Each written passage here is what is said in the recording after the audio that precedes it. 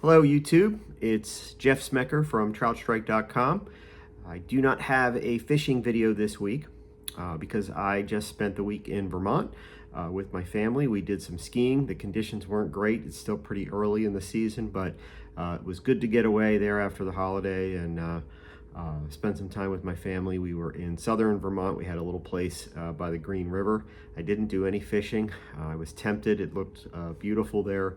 I'm not sure if there's trout in there or not. I would have to think, just looking at that water, that there'd probably some native brook trout in there. But I didn't get out and fish.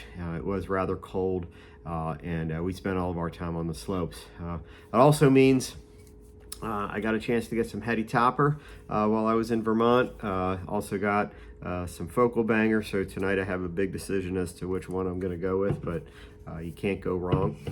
So as I got back today, I finished up an order, and I just wanted to go through that with everybody. Finished up one of the Trout Strike Flies boxes.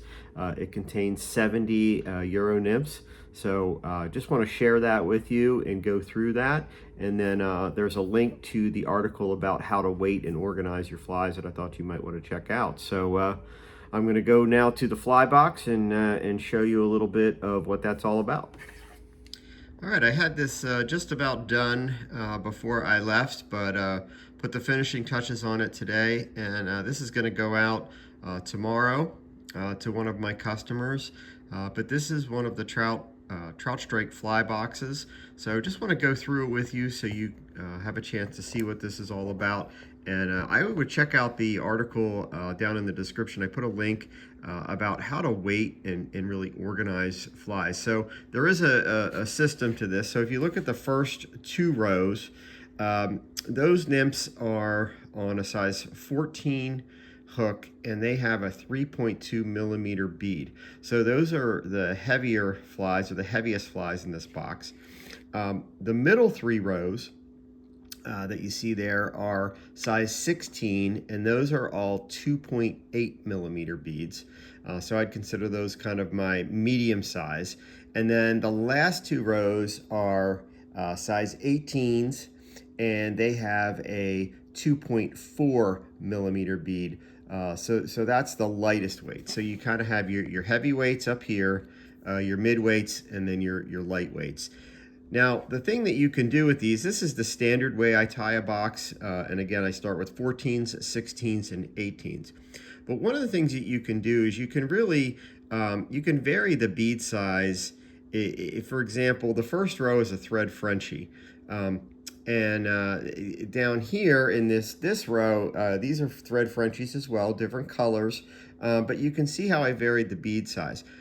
On a 16, for example, I could put a 3.2 bead on a 16. I could put a 2.4 bead on a 16. I can really tie all of these patterns with whatever combination I like.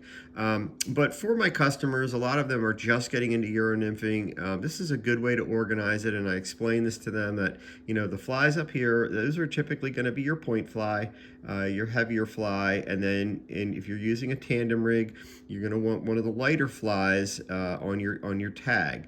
So again, all of these patterns are fairly simple. So the second row would be just perdigons, and I have those alternating with a more solid color, dark olive, and then a flash perdigon, and I have them alternating.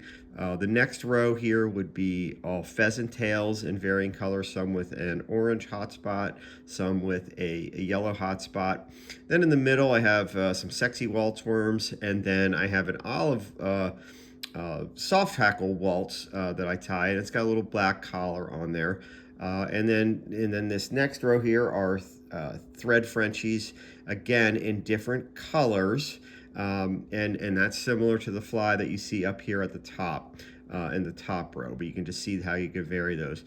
This row, the second to last row here, is all Rainbow Warriors. That's one of my favorite tag fly patterns. There's a website, or there's an article on the website about the Rainbow Warrior. And then last, I have a alternating perdigon with a blonde or bleached pheasant tail, just in a size 18. So this box really, it gives you 3 different varieties in terms of weight. All of these patterns are fairly simple and are going to work for trout in just about any watershed. I mean, they really represent a variety of different food sources that trout eat. So again, I just wanted to share this with you. These are available.